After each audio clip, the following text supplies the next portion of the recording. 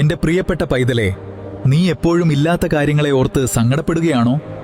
നിന്റെ കൈവശം ഇല്ലാത്തവയ്ക്ക് പിന്നാലെ ഓടുമ്പോൾ നിനക്ക് ചുറ്റും ഞാൻ ഒരുക്കിയിട്ടുള്ള സ്വർഗം നീ കാണാതെ പോകുന്നുണ്ടോ?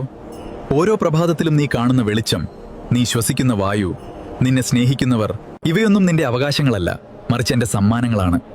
പരാതികൾ അവസാനിപ്പിച്ച് നന്ദി പറഞ്ഞു തുടങ്ങുന്ന നിമിഷം നിന്റെ ജീവിതത്തിൽ അത്ഭുതങ്ങൾ നടന്നു തുടങ്ങും.